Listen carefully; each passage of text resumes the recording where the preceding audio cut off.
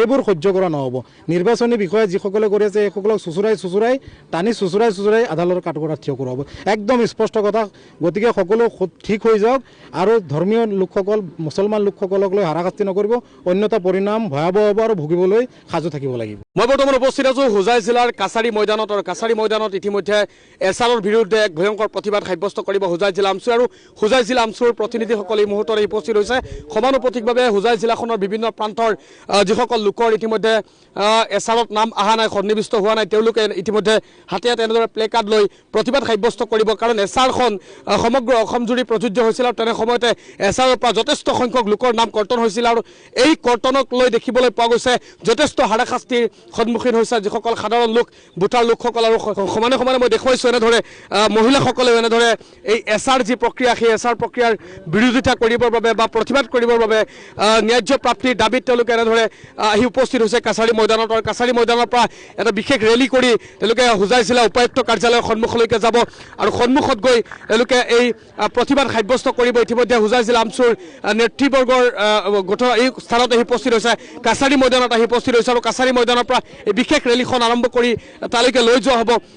মই ইতিমধ্যে পোনে পোনে মই এই আমচু প্ৰতিনিধিসকলৰ ওচৰলৈ মই যাবৰ কাৰণে চেষ্টা কৰিম। কাৰণ এই যিটো প্ৰতিবাদ, সেই প্ৰতিবাদটো সমগ্ৰ কেৱল মাত্ৰ হোজাই জিলা নহয়, সমগ্ৰ অসমজুৰি এই প্ৰতিবাদ আমচুৱে বিগত বহুদিনৰ পৰা কৰি গৈ আছে। হোজাই জিলা আমচুৰ সভাপতিগৰাকী আছে, মই কথা পাতিম। কি ক'ব বিচাৰিব আজিৰ এই প্ৰতিবাদ আপোনালোকে কিয় কৰিবলগীয়া হৈছে? বহুদিনৰ পৰা আপোনালোকে এনে প্ৰতিবাদ দেখিবলৈ পোৱা গৈছে, বহু লোকৰ নাম ইতিমধ্যে এছআৰত সন্নিৱিষ্ট হোৱা নাই, কি ক'ব বিচাৰিব? ধাৰাবাহিক প্ৰতিবাদ কৰিবলগীয়া হৈছে কাৰণ এছআৰ প্ৰক্ৰিয়াত যি ধৰণৰ অনিয়ম, বিশৃংখল আৰু ভেজালেৰে ভৰি পৰিছে চৰকাৰখনে আৰু বিজেপি দলটোৱে গভীৰ ষড়যন্ত্ৰত লিপ্ত হৈ ধৰ্মীয় সংখ্যালঘু অৰ্থাৎ মুছলমান লোকসকলক ভোটাৰ তালিকাৰ পৰা নাম কৰ্তন কৰাৰ যি ষড়যন্ত্ৰ কৰিছে, এই ষড়যন্ত্ৰ আমচুৱে কোনো কাৰণতে সহ্য নকৰে। সমান্তৰালভাৱে বিজেপিৰ নেতা, পালি নেতাৰ লগত হাত উজান দিছে একাংশ নিৰ্বাচনী বিষয়া। গতিকে এই নিৰ্বাচনী বিষয়াসকলৰো এই ধৰণৰ যি হাৰাশাস্তিমূলক যি কাৰ্যকলাপ কৰি আছে প্ৰকৃত ভাৰতীয় লোকসকলক, এই বিষয়াসকলৰ বিৰুদ্ধে কঠোৰ ব্যৱস্থা ল'ব লাগিব। বিজেপিৰ নেতা, পালি নেতাসকলে অবৈধভাৱে নাম নথকাকৈ আপত্তি কৰি আছে। গতিকে এই সামগ্ৰিক বিষয়ৰ প্ৰতি লক্ষ্য ৰাখি আমি এইবোৰ বন্ধ কৰিবলৈ আমি অবিৰতভাৱে প্ৰতিবাদী কাৰ্যসূচী হাতত লৈছোঁ। কোনো কাৰণতে প্ৰকৃত ভাৰতীয় লোকসকলৰ লগত যি ধৰণৰ হাৰাশাস্তি চলি আছে আমচুৱে কোনো কাৰণতে সহ্য নকৰে।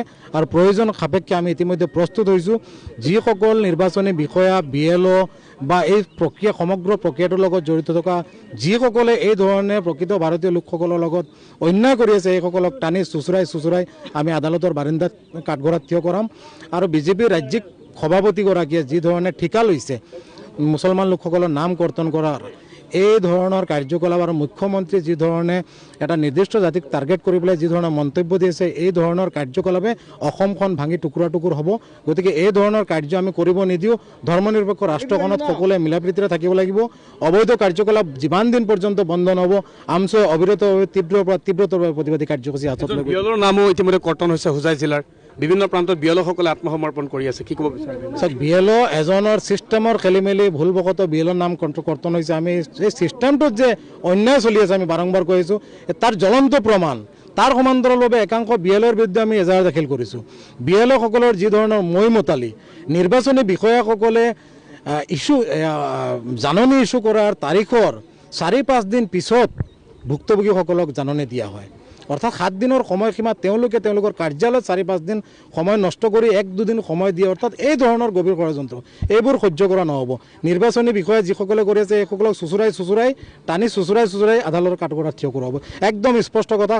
গতিকে সকলো ঠিক হৈ যাওক আৰু ধৰ্মীয় লোকসকল, মুছলমান লোকসকলক লৈ হাৰাশাস্তি নকৰিব, অন্যথা পৰিণাম ভয়াৱহ হ'ব আৰু ভুগিবলৈ সাজু থাকিব লাগিব।